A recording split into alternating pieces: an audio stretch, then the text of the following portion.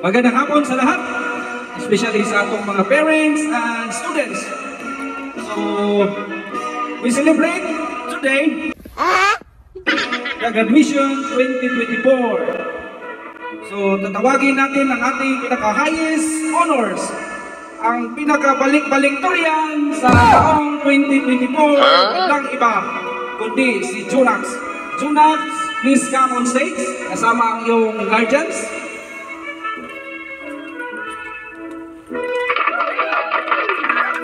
So dito na tayo sa pagsabit ng kanyang mga medals.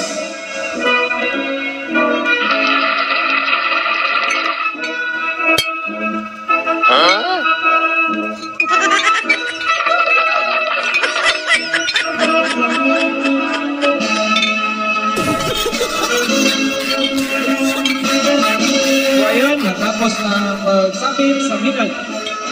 So ngayon, tatanungin natin kung may mensahe yung kanyang mother. So ma'am, may sasabihin ka ba or mensahe sa inyong graduate na anak? Thank you, sir. Salamat po ako sa school, principal, at mga teacher na walang sawa nagtagya sa anak ko. At sa 10 taon, balik-balik ako sa inyo na mag-graduate ko yung anak ko. Salamat po ako na ang dasal ko ay natupad na maka-graduate siya sa high school. Maraming salamat sa inyong mensahe, madam. So ngayon, tatanungin natin yung balik-baliktorya natin na si Junax. Meron ka bang sasabihin sa iyong parents? Good afternoon to everyone. Today is my graduation. I'm very thankful, especially to my teacher and to my parents. Very supportive. Sila, Mami Sila. Thank you, Mami.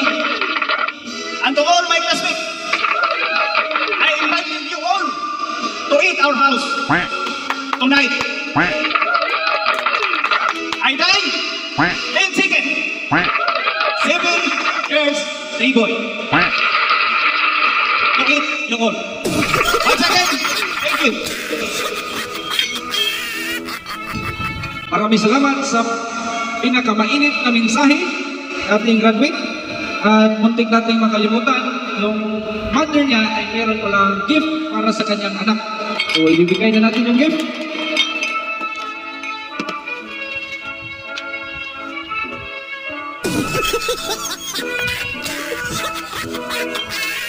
Any message, mother? Alam mo anak, gusto mo ba maging engineer? Natupad na yung pangarap mo maging engineer. Ito yung binigay ko sa iyo. May lagari at may ano pa. Hammer. Munting clip lang yan ako, pero nasa puso ko yan. Maraming salamat, Mami Kirap. Kasi alam mo talaga na maging isang engineer talaga. Pangarap ko talaga yan at salamat ko dito dahil hindi na po mabibili pa ng ibang gamit. Maraming salamat dito, Mami. Thank you, sir. At maraming salamat. At dito na nagtapos ang ating graduation 2024. Thank you.